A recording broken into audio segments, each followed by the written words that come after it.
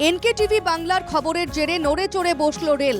বন্যপ্রাণীদের স্বাভাবিক যাতায়াত বজায় রাখতে ওভারপাস নির্মাণের মতো বিকল্প পরিকল্পনা রেলের। রেল লাইনকে হাতিনালার জল থেকে বাঁচাতে বানারহাট ব্লকের মরাঘাট মোড় থেকে বিন্নাগুড়ি পর্যন্ত রেল লাইনের একপাশে বোল্ডার দিয়ে উঁচু বাঁধ নির্মাণের কাজ শুরু করেছিল রেল।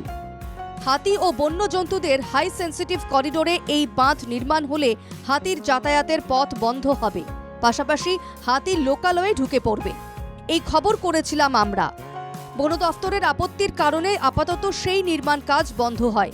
খবর সম্প্রচারের পরই নড়ে চড়ে বসে রেল। হাতির করিডোরে ওভারপাস তৈরির পরিকল্পনা নেওয়া হয়েছে রেলের তরফে। এদিন রেল দফতর, সেচ দফতর, বন দফতর, ব্লক প্রশাসনের আধিকারিকরা পরিস্থিতি সরেজমিনে খতিয়ে দেখেন।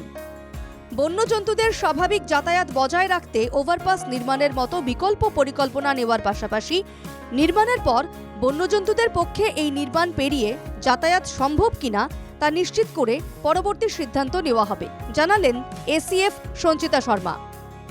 अभी हमारे यहाँ पे आज रेलवे के अधिकारी आए थे और ओआईएल के भी आए थे और इरिगेशन के भी आए थे। अभी मिलकर हम स्लोप जो है हाथी जिस कंफर्टेबली जिस स्लोप को चढ़ सकता है तो वो स्लोप डिसाइड कर रहे हैं अभी। तो पहले 1:3 था और अभी शायद और बढ़ाने की बात कर रहे हैं।